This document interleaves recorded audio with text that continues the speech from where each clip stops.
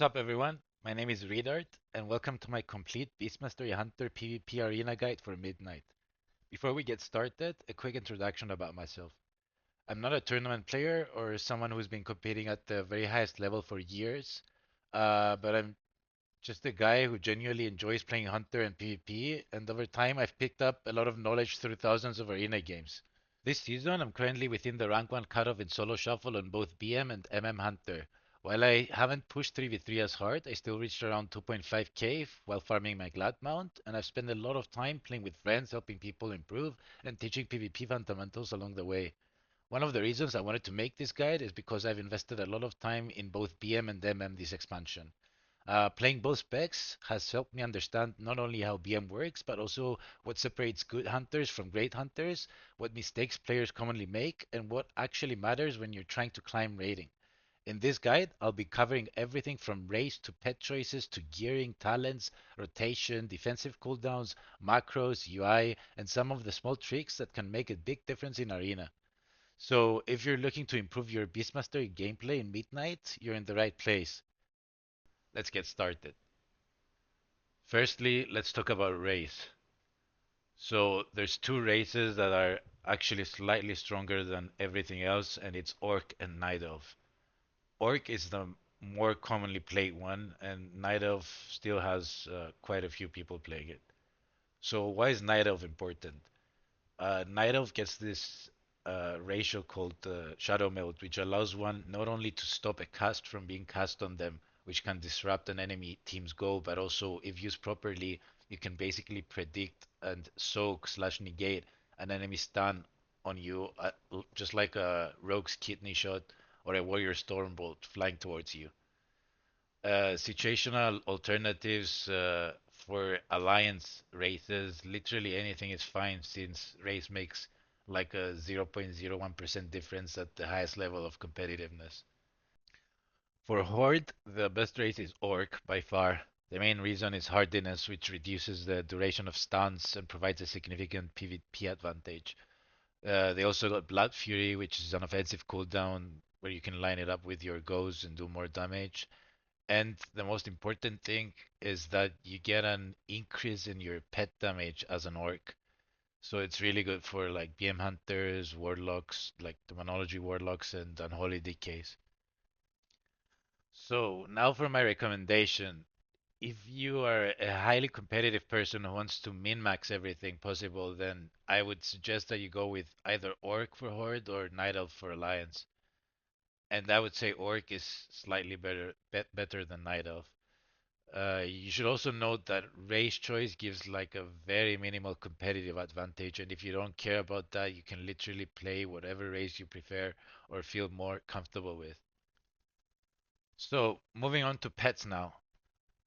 Just for a small note, in the past, hunters commonly used undead raptors because they were immune to crowd control effects such as poly, hibernate, and scare beast.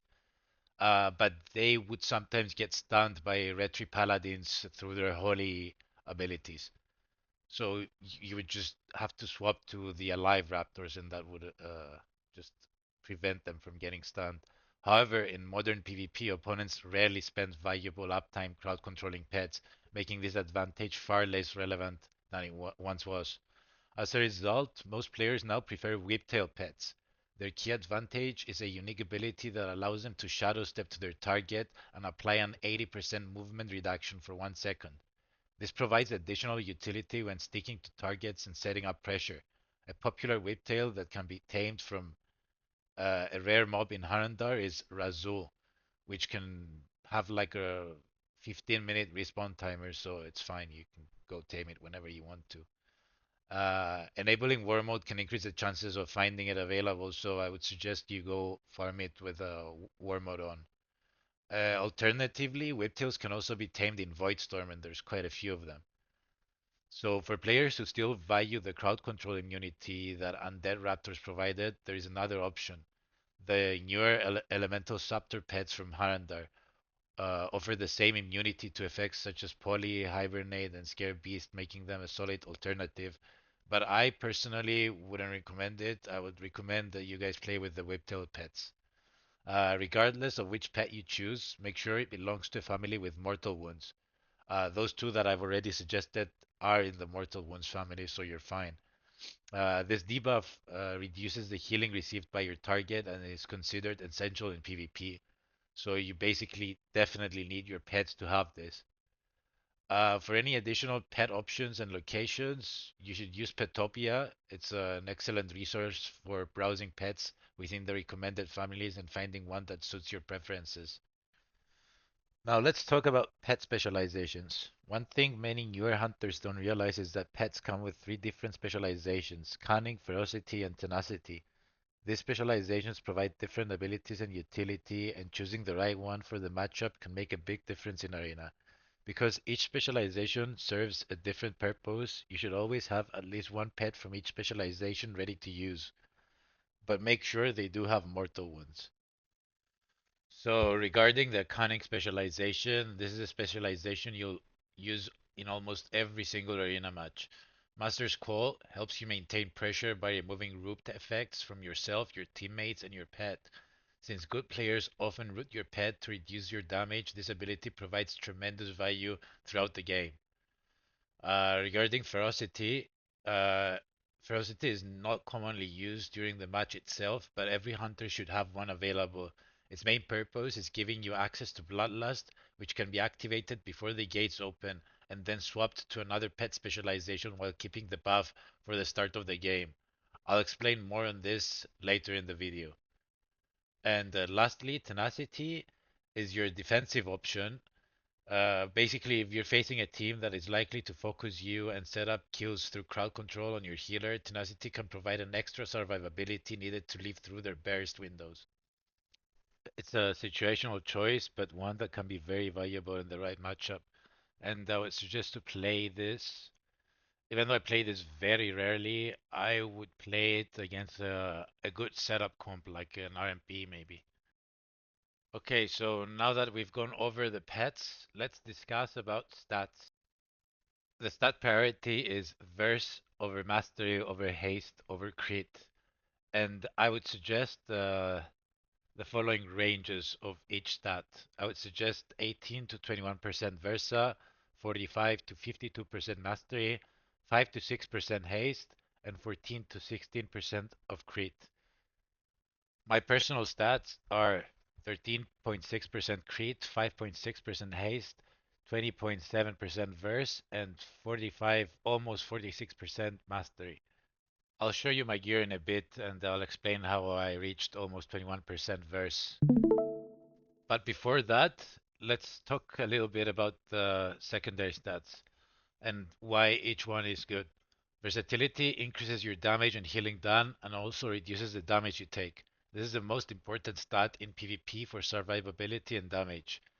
Mastery, which is the second most important one, is very important because it increases your pet damage, which is your main source of damage, while also increasing your hunter's damage from other attacks such as barb shot and cobra shot. Thirdly, haste. You just need around 5% haste, and this allows you to basically be able to weave in an extra attack on an enemy in between your intimidation and the freezing trap. So, for example, if you're standing next to the healer that you're about to trap and you pet stun him, he has 3 seconds of pet stun on him. You can use one attack before you use your freezing trap on him if you're standing next to him and there's no airtime for the trap to land. Here's an example of this. So the healer is the square. I'm attacking the multiple damage there, then I pet stun, I attack again, and then I freezing trap. So let's talk about gear now. In general, the 2 set bonus is mandatory, as it increases Bestial Wrath damage by 25%, which directly amplifies your main burst window. Since Bestial Wrath is your primary and most frequent cooldown on a short 30-second cycle, this bonus has very high value. The 4 set bonus is pretty much useless, so I wouldn't suggest anybody to be using it. Uh, Personally, the focus is that I'm stacking as much verse as possible. This includes items like the crafted engineering helm with full verse and the crafted boots with full verse as well. and with no other stat. In PvP, especially in 3v3 or solo shuffle, hunters are often targeted or swapped onto unexpectedly, so higher versatility improves both survivability and consistent damage output at the same time, making it the most effective defensive offensive stat. In situations where you're not the primary target, such as playing with a composition where teammates are more likely to be focused, you can adjust your gear setup. In those cases, swapping more versatility heavy items for verse slash mastery combinations allows you to shift slightly more towards damage while still maintaining solid defensive value. So basically, if you're playing with an unholy DK who are almost always being focused, you can just play more mastery, I guess. But personally, I really like playing with a lot of verse, so I would suggest to anybody who is struggling with surviving to play with as much verse as possible. And let's take a look at my gear now.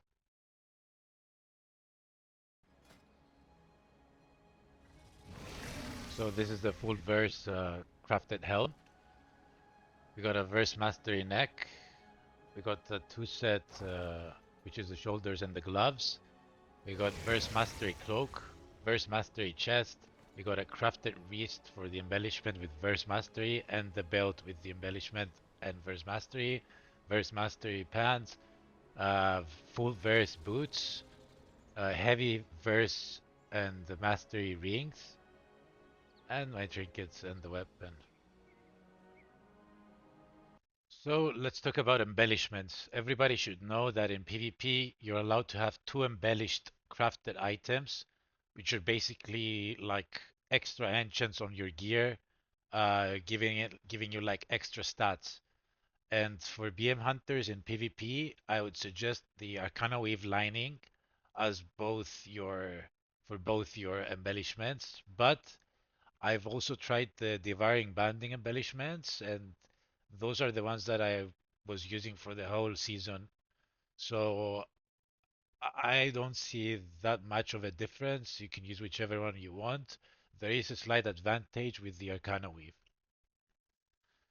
Now let's move on to gems. For gems, you will be needing your main PvP gem, which is the Enduring Heliotrope. And depending on your verse or mastery, if you want more mastery, you could play Flawless Versatile Amethyst. Or if you need more verse, you could play Flawless Master for Lapis for every other gem slot you have. Now for enchants, those are the enchants I'm using. You could argue that if you don't want that much verse, you could swap around Silvermoon's Tenacity for Zul'jin's Mastery for more mastery on your rings. But generally, those are the enchants you should be using. Now let's move on to talents. You can find the general build I'm using in the description of this video. Pack Leader is the go build for BM Hunter. It's clearly the superior spec and almost no one specs into Dark Ranger as BM. Out of the 50 top hunters, there's only one Dark Ranger, and I think he's just trolling. So, Pack Leader and Beast Mastery, those are pretty much set in stone. You won't be changing anything from the talent tree.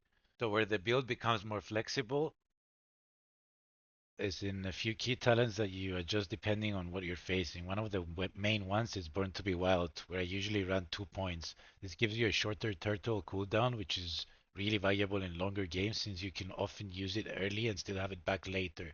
However, if I know I'm not going to be the kill target, I'll sometimes drop points and move them to Keen Eyesight for extra crit and higher damage. From there, I'll adjust based on matchups. If I'm dealing with double melee teams that are constantly on top of me, I'll often take improved snaring to help keep distance and maintain control. So something like that. Against rogues or unholy death knights, I like running emergency salve since it helps me remove poisons and disease effects that can otherwise kill you through those defensive cooldowns. Into setup comps like RMP or jungle, I'll sometimes swap into Roar of Sacrifice, which gives a strong 15% damage reduction for either myself or a teammate to stop a kill attempt during a coordinated go, which is quite important in my opinion. And finally, into classes that rely heavily on buffs like mages or resto druids, I'll sometimes take Quado Tranquilizer so I can get more value out of Tranquilizing Shot by removing important defensive buffs more consistently. Overall, the idea is that your core build stays the same and you only adjust a few talent points depending on whether you need more survivability, more control, or more damage in a specific matchup. So let's talk about PvP talents. Uh, For my PvP talents, I always use Survival Tactics, which makes your Feign Death ability reduce incoming damage by 90% for 2 seconds, and this is basically the best PvP talent for hunters.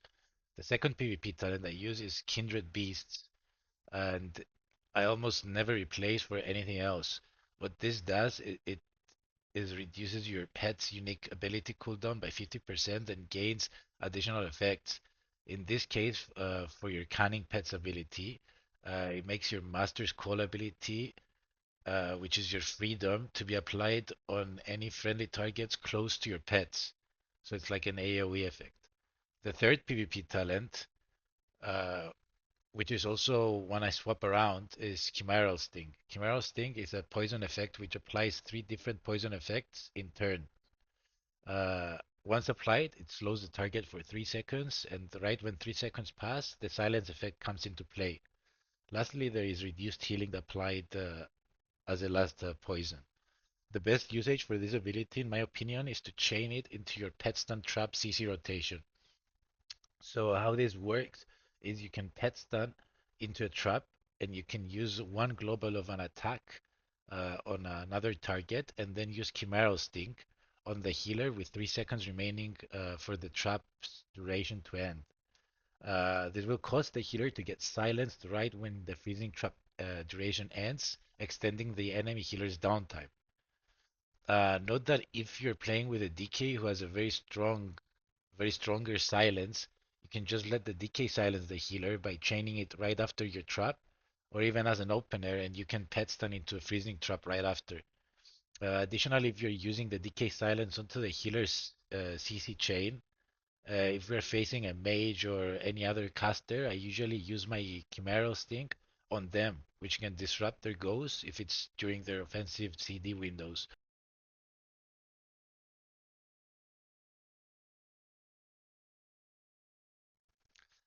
So other PvP talents I swap instead of Chimeral Sting are mostly just matchup based.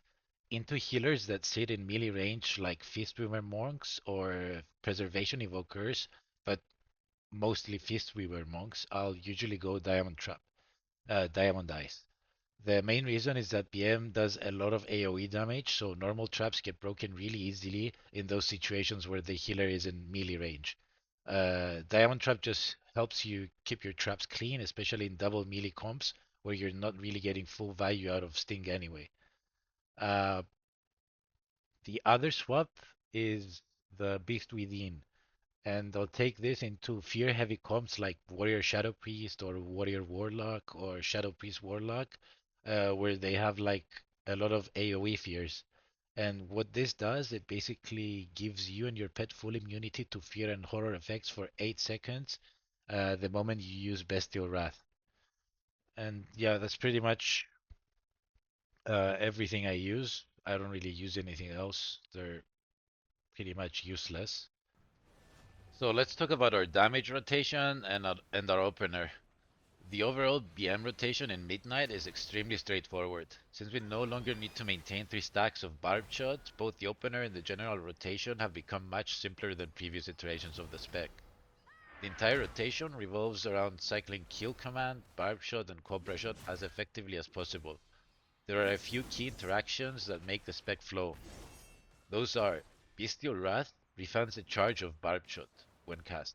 Barbed Shot reduces the cooldown of Kill Command, and Cobra Shot reduces the cooldown of both Kill Command and Barbed Shot when you're spec'd into Barbed Scales. Because of these interactions, your primary goal is to avoid sitting on charges. As a general rule, you should never be holding 2 charges of Barbed Shot or Kill Command for any meaningful amount of time. If you're regularly capping either ability, you're losing damage and slowing down the pace of your rotation. So one important thing is you should always use your Hunter's Mark on your go target.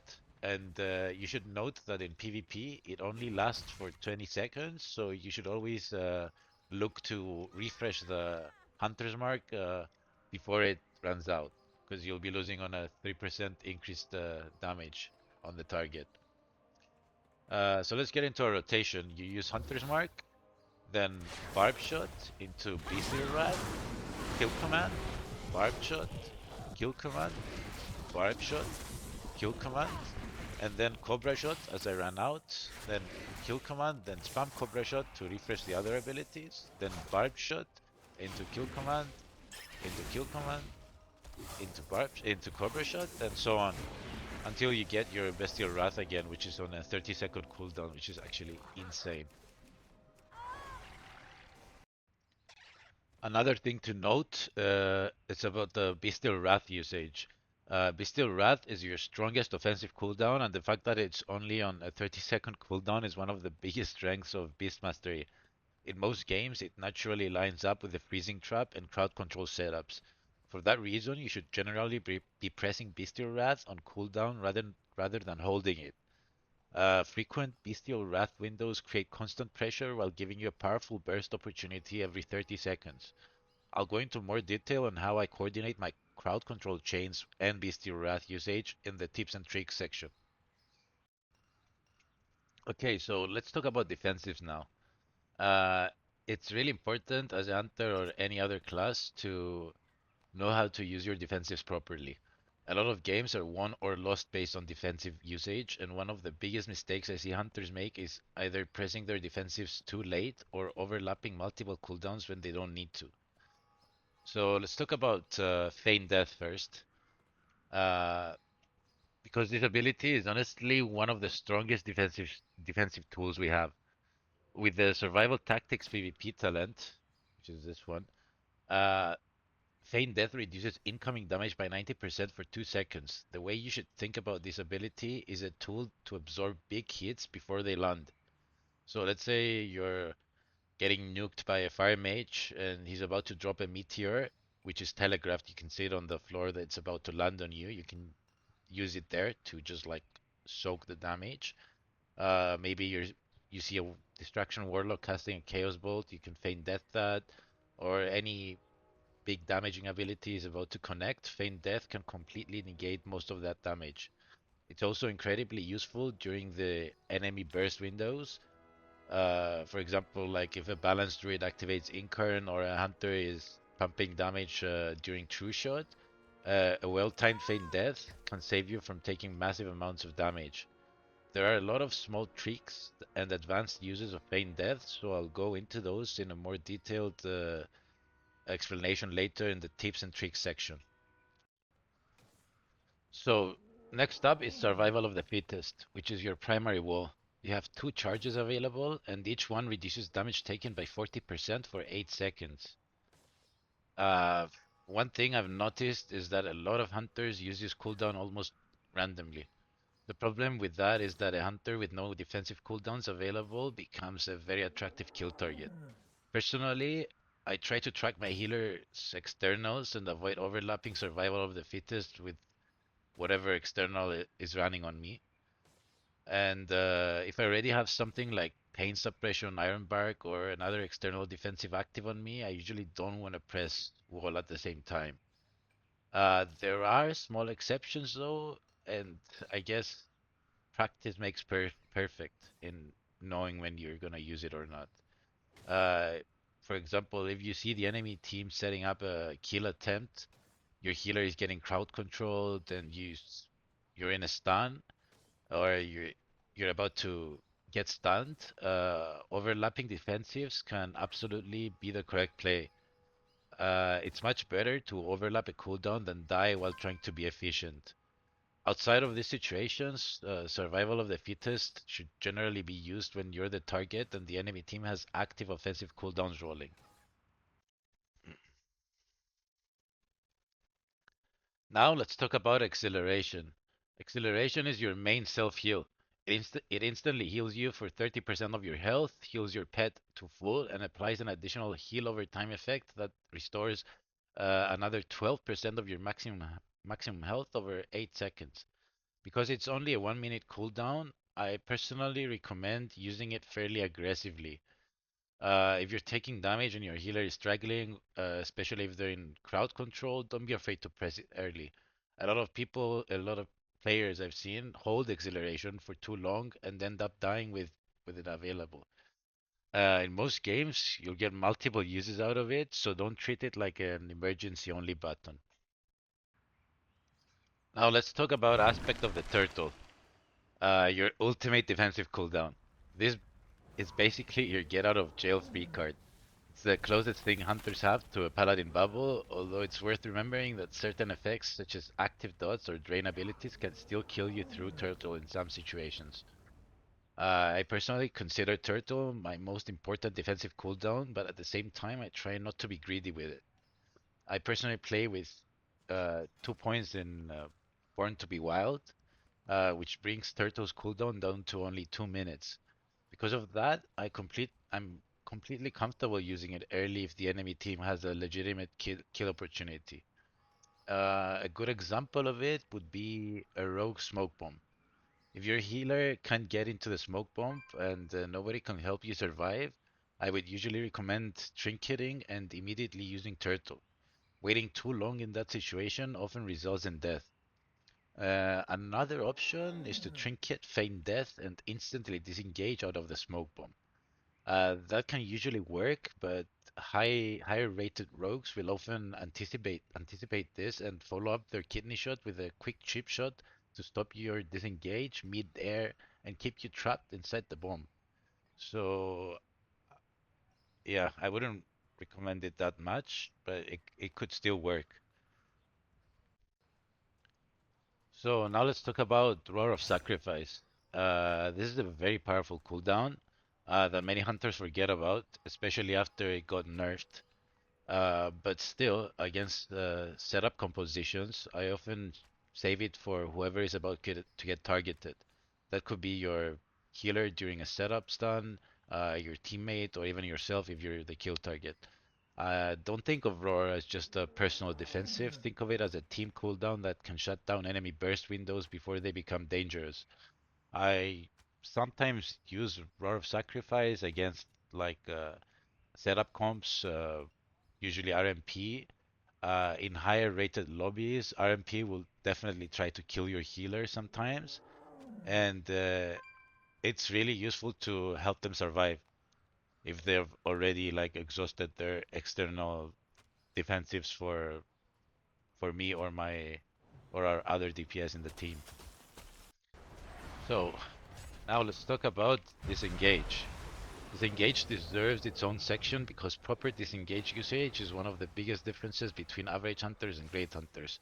Since we've lost scattershot, positioning mistakes are much more punishing than they used to be. Because of that, you'll want to be smart with every disengage. In general, I like to use it when melee finally close the gap or when I'm rooted in place. Not only does it create distance, but it also removes movement impairing effects and gives you a movement speed boost. One of my favorite examples is using disengage against the Death Knight's grip. If you time it correctly, you can almost completely negate the grip and maintain your distance. Disengage isn't only a defensive tool either. Sometimes the best use of it is actually moving forward. You can use it aggressively to close the gap for a trap on the healer or stop an enemy DPS from kiting you around the pillar. You can even use disengage for advanced trap setups like in the following clip. This just means more entertainment for me.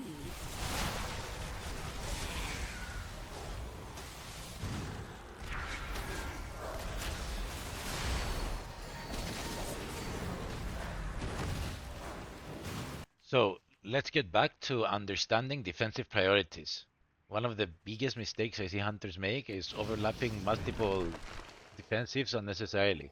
For example, using survival of the fittest with War of Sacrifice and then realizing that they're still gonna die, and so they use Turtle. The way I personally avoid this is by assigning a purpose for each defensive.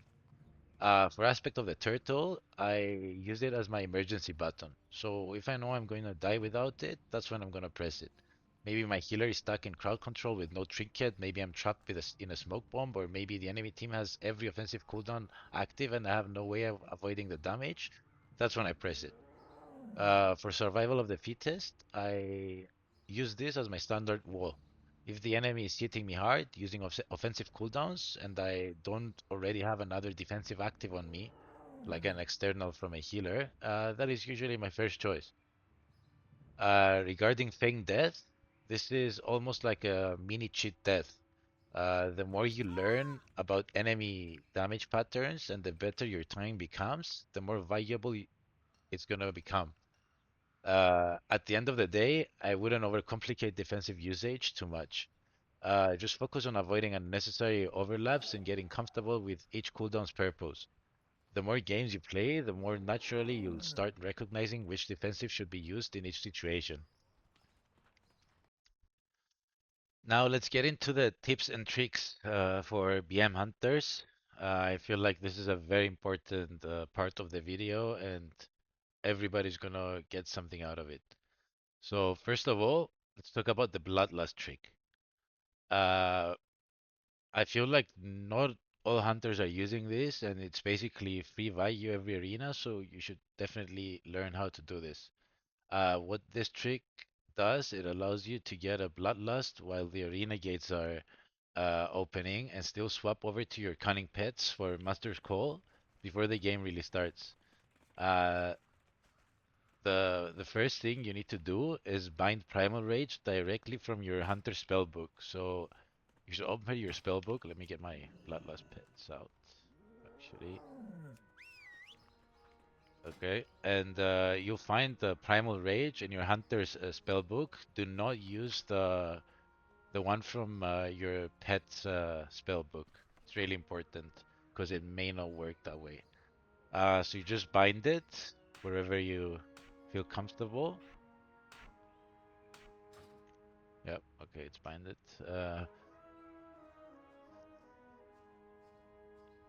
And just to make sure you got the right ability bound to your keybinds, you hover over it and you see on the top right it says Command Pet Ability. So once that's set up, enter the arena with your Bloodlust pet summoned. Uh, I'm gonna show a short clip of how I do it and I'll explain it. So here's how the trick actually works. The dismiss pet cast is 3 seconds long. What you need to do is start dismissing your bloodlust pets at around 2 seconds remaining on the arena countdown. Since the cast takes longer than the remaining countdown, you'll still be channeling the dismiss when the gates begin to open. This creates a very small window where the gates are opening, but your pets haven't been dismissed yet. During that window, you can press Primal Rage and get the Bloodlust effect without canceling the dismiss cast. Once the dismiss finishes, your bloodlust pets disappear, and you can immediately summon your cunning pets for Master's Call and continue with your normal opener. It's a small optimization, but it's essentially free bloodlust with no downside, so it's definitely worth getting used to it. Now let's talk about opener trap setups. After performing the bloodlust trick, I'm usually looking to get aggressive immediately and set up an opening trap. One mistake I see a lot of hunters make is being too predictable with their crowd control.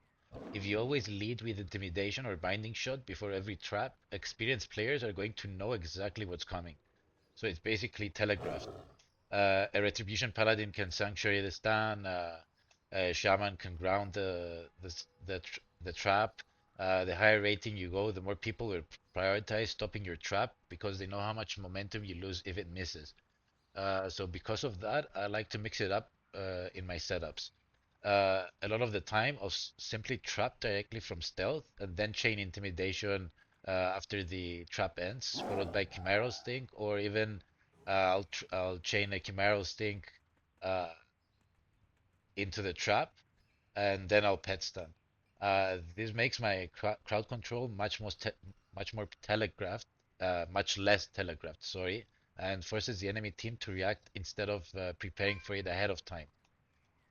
I'm gonna show you a small clip of how I do it and how I follow it up.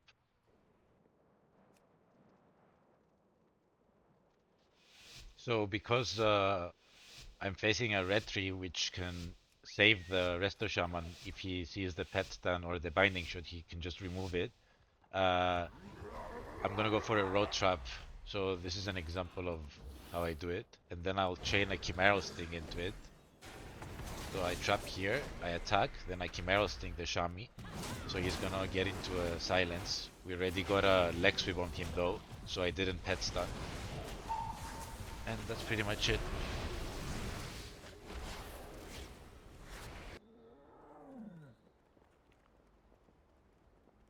Okay, so now here I'm gonna be performing my usual opener and how I follow up with the CC chain on the healer.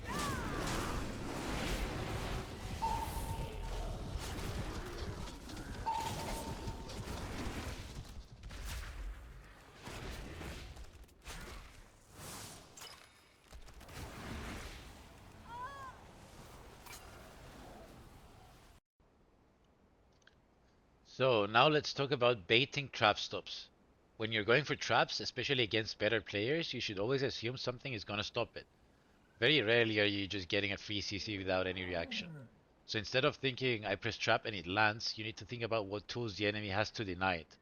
The most common ones you run into are things like the Shaman's Grounding Totem, a Priest's Fade or Shadow Word Death, Paladin's Blessing of Sanctuary, which can remove your stance, Death Knights with Anti-Magic Shell, which causes the healer to be immune to your trap, Evokers with their Shroud, and Warriors with their War Banner can reduce the duration of your stance or your trap. So let's give an example. Into Warrior's Banner, you usually just don't force the trap. You're better off doing something like Intimidation, and then he instantly uses his Warrior Banner, and you just chain a Chimeral Stink on the healer, wait out the banner, and then go for the trap. If you force it during banner, you're basically just lowering your CC value for no reason. Um, on top of that, a lot of teams will actively try to deny that setup itself, not just the trap. You see things like Mass Dispel, Pet Dispels, or Instant Utility being used preemptively to break your chain. If it's a Shadow Priest, for example, you often need to be ready to stop Mass Dispel, because if that goes off, your trap is gone and yeah, you lose a lot of pressure. Another thing you'll see is when Shadow Priests grip the healer. Basically, once you stun the healer, they'll instantly grip them towards them. So what you can do instead, you can place the trap in the trajectory of where the healer is going to be gripped towards the Shadow Priest. So it basically makes you land the trap. Another thing you'll notice is players stacking on their healer. They're not even trying to stop the trap sometimes. They're just trying to soak it themselves so the healer stays free. When that happens, don't tunnel the trap. Just delay it a bit, reset your positioning, and wait for a clearer angle so you can make sure you land the trap. At the end of the day, trapping is less about pressing the button and more about forcing the enemy into a position where they can't realistically stop it.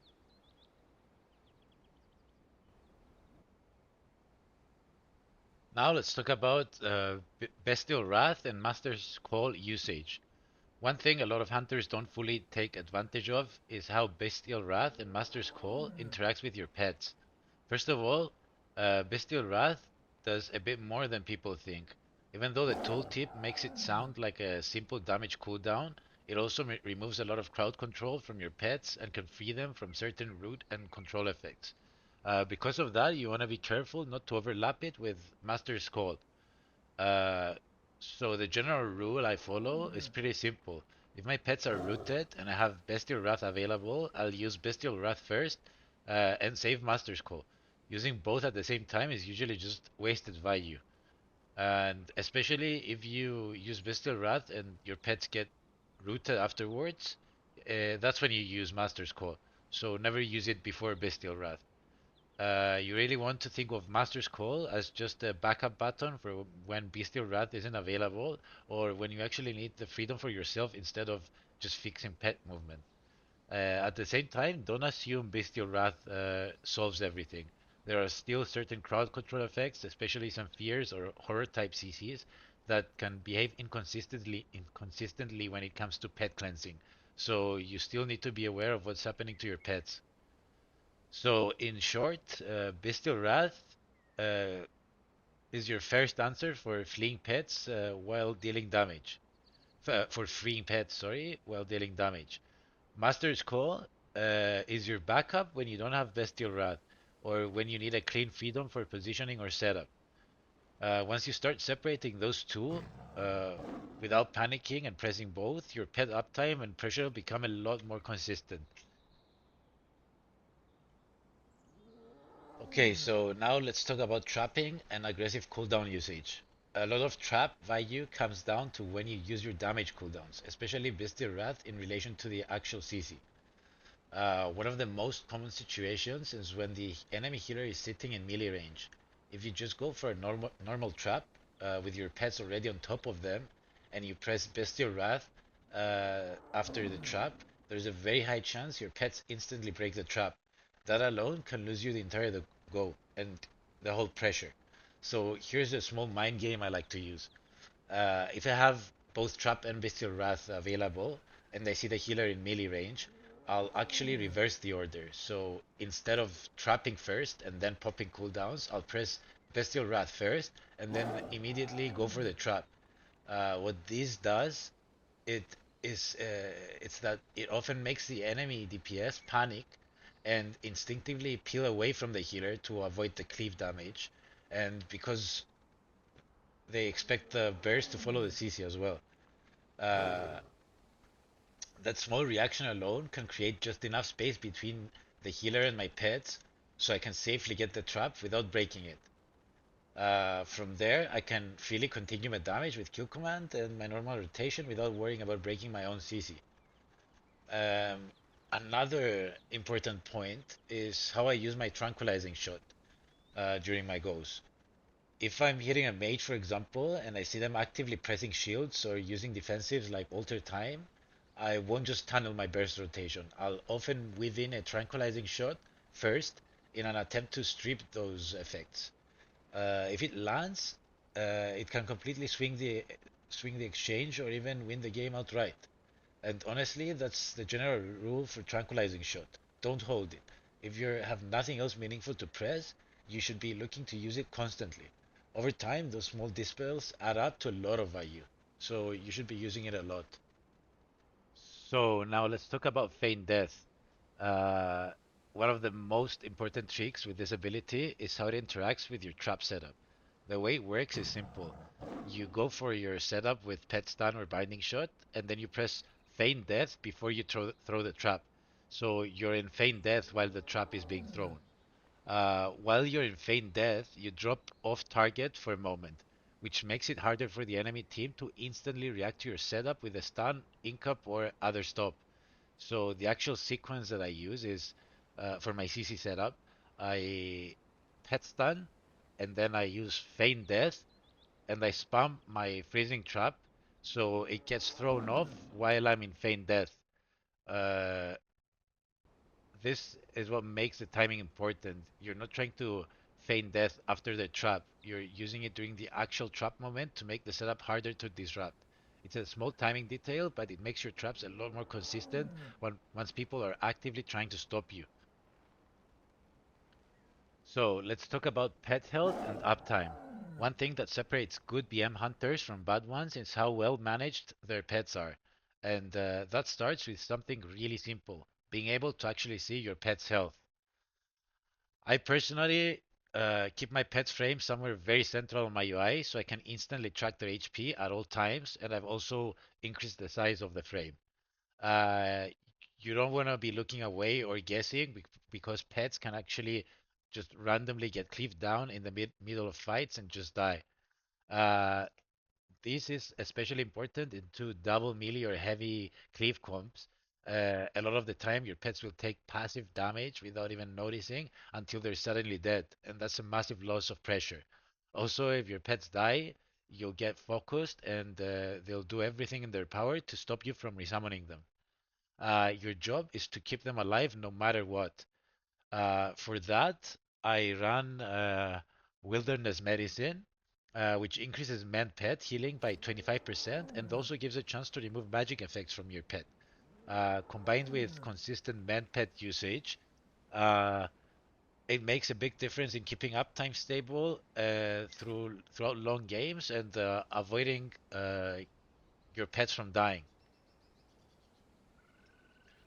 So now let's talk about positioning, pillar usage, and playing around your healer. Positioning as a BM is mostly about using your instant damage to your advantage. Uh, you don't need to sit in the open to deal pressure, so you should constantly be playing around pillars, peeking in for globals, and then resetting back into a corner, like covering yourself. The goal is to be aggressive with your damage, but defensive with your positioning, meaning you take short windows to hit, then immediately reset so you're not just taking free damage. At the same time, you always need to be aware of your healer's position. A common mistake is overplaying pillars and ending up out of your healer's line of sight, which usually leads to you getting caught in a bad stun or just slowly rotating without support. So the rule is simple. You want to be out of line of sight of enemies, but always in line of sight of your healer. Another important habit is how you position when trap is available.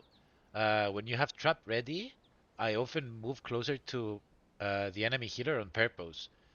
This does two things. First, it can force the enemy to waste or misdirect their CC into me instead of the healer. For example, a pre-sphere or a similar stop. Second, it can bait out things like grounding totem before you actually commit for the trap, which makes my next setup much more reliable. It's a small adjustment, but it turns your positioning from just defensive movement into an active part of your crowd control setup. So now let's get into movement combos. Uh, you've got a few really important movement interactions as BM that you should be using constantly, especially because a lot of survivability and setup potential comes from how well you move rather than raw defensives. One of the main ones is chaining aspect of the cheetah with disengage. When you combine them, you're not just getting distance, but you're also clearing movement impairing effects, and you're getting a huge burst of speed afterwards. This is what lets you reposition instantly or even run for a trap so fast that the healer doesn't really have time to react. Another really important movement trick is specifically against Wanewalker monks.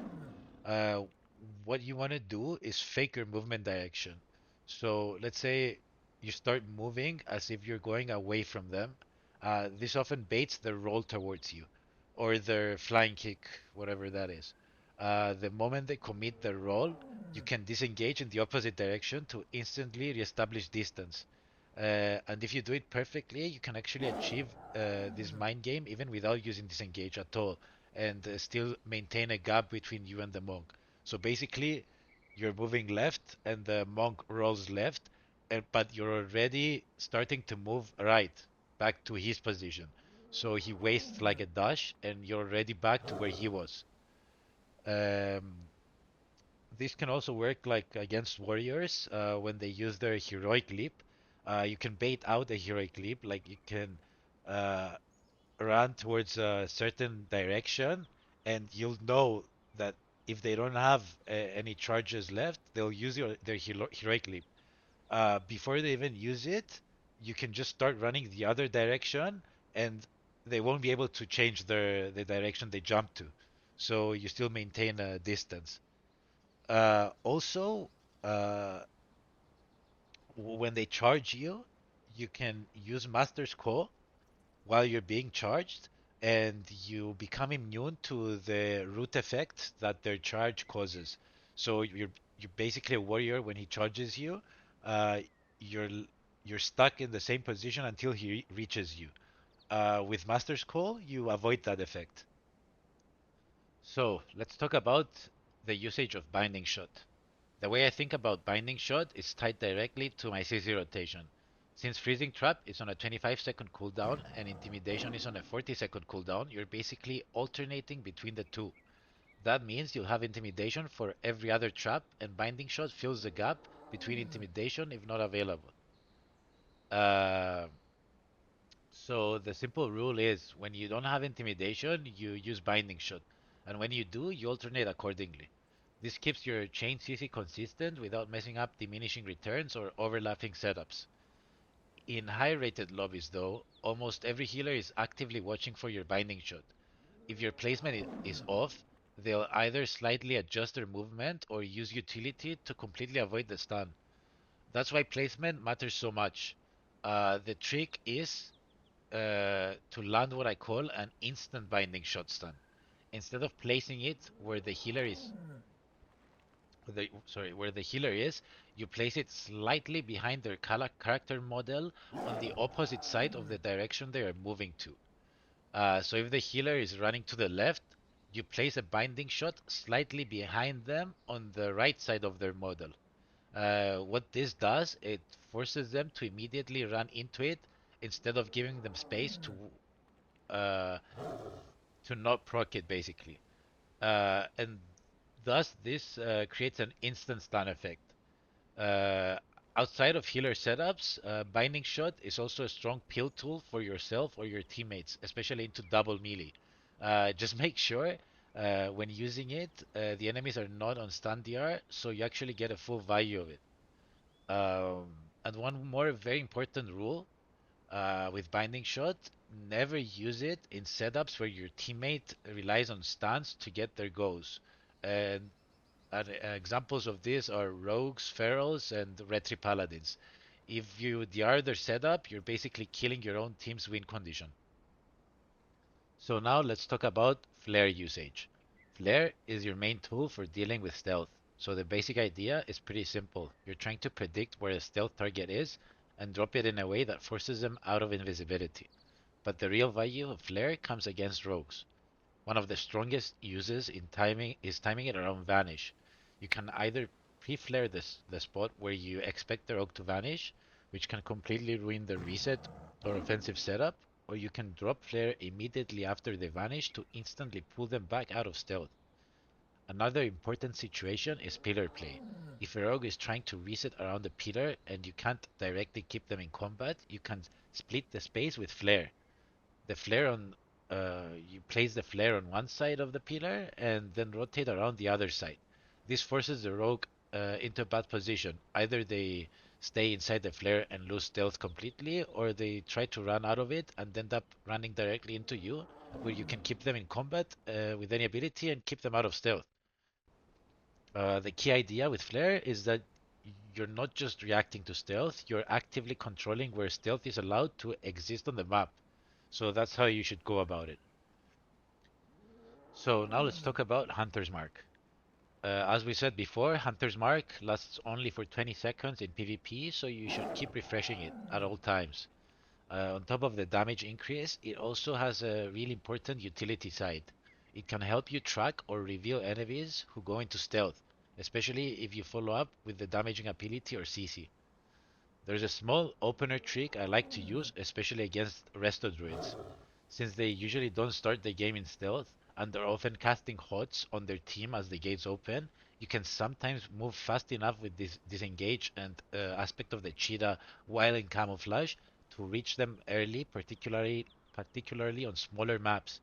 If you do it quickly enough, you can get Hunter's Mark onto them before they fully set up or enter stealth. That lets you track them through stealth and set up an early trap which can completely deny their opener. For example, stopping a rake stun before it even gets value on your own healer. It's a small timing window, but in the right games, it can completely change how the opener plays out. Another small tip that I wanted to talk about is when playing against mages. Mages usually will kite your pets behind a pillar and they'll start casting Ring of Frost to root and stun your pets behind the pillar, rendering you unable to do anything until the duration of the stun ends. What you could do in such situations is if you see the mage trying to kite away and trying to set this up, you just start attacking somebody else. This is just gonna make your pets start running away from the mage, and the Ring of Frost will be useless where he places it. Okay, so let's talk about macros. Please note that Mouse over macros are quite important, and I feel like you should be using them. Mouse over macros allows you to cast an ability on the enemy who you are hovering your mouse over, and this includes their arena frames. In case you're not hovering anyone with your mouse, then the cast will be cast on your current target instead, thus allowing for a dual usage. And I use this for my interrupt, for my chimeral sting, for my intimidation. I think those are the ones. Additionally, uh, it's very impactful to use cast on cursor macros, and this should be used for flares and traps and binding shot. So what this does, it's a macro that allows you to, instead of having to click to confirm where you want to drop your trap or your flare or your binding shot, it just instantly gets thrown where your cursor is at that very moment. So I would also suggest that people get uh, a cursor tracker add-on, which I'm gonna link in the description below, so you can know at all times where your cursor is, because it tends to become really chaotic in arenas. Additionally, other macros that I'm using is I've macroed basically all my attacks with my pet attacks. So I've macroed Barb Shot, Kill Command, Bestial Wrath, and Cobra Shot with my pet attack commands. And what this does is it basically keeps commanding your pets to attack whoever you're attacking with any spell, with any aggressive spell you have. And it's really important because throughout the years, hunters had a lot of problems with controlling their pets, and sometimes they would just get stuck somewhere. This basically bypasses this problem. And lastly, for macros, I would suggest that you use focus target macros. So basically, what this does is you set up a focus target in arena, which is usually the healer, and let's say my Q bind is my interrupt. If I press Shift Q, my interrupt goes to the healer even though I'm targeting somebody else. So it's quite an important macro. Everybody should be using it. And it also minimizes telegraphing that you're going to interrupt somebody or stun them. So let's talk about my UI. I'm currently using skill capped UI. I feel like it's a really good UI, especially if you're just getting started in PvP. It definitely needs some messing around with to set it up to match your preferences, but it's for sure a UI I would recommend.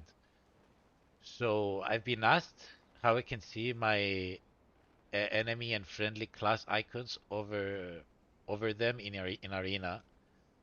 And what I did, I went through Better Bleed Plates, which is an add-on included in the Skill Cup UI.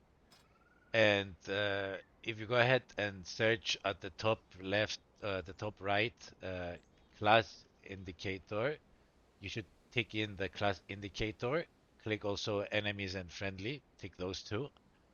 And make sure you have Control V enabled inside the arena that allows for all nameplates to be available. And this is gonna basically show the class indicator over everyone. And what I went ahead and did is I changed the class indicator size for my friendly and I increased it just to make sure I can tell who's who. And I make sure you tick those as well. And lastly, so I would make my friendly's health bar not appear under their class indicator. I Let me see what I did. Um, where is it?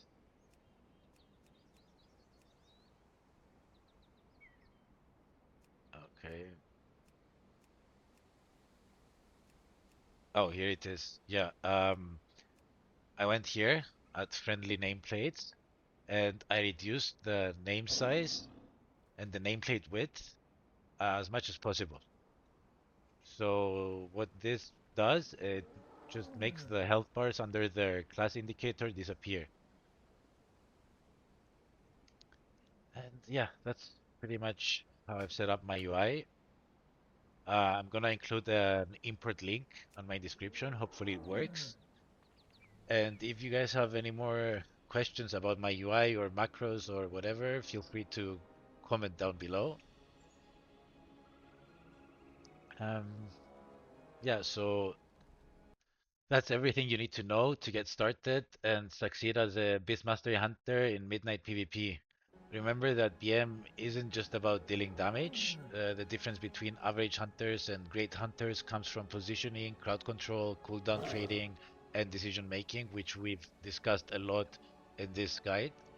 Master those fundamentals, keep refining your setups, and you'll see your rating improve over time for sure. If this guide helped you out, make sure to leave a like, a subscribe, or uh, I don't know, send me money. No, I'm just kidding. And subscribe for more PvP content and stay tuned for my upcoming Hunter PvP guide. Thanks for watching, and I'll see you guys in the next one.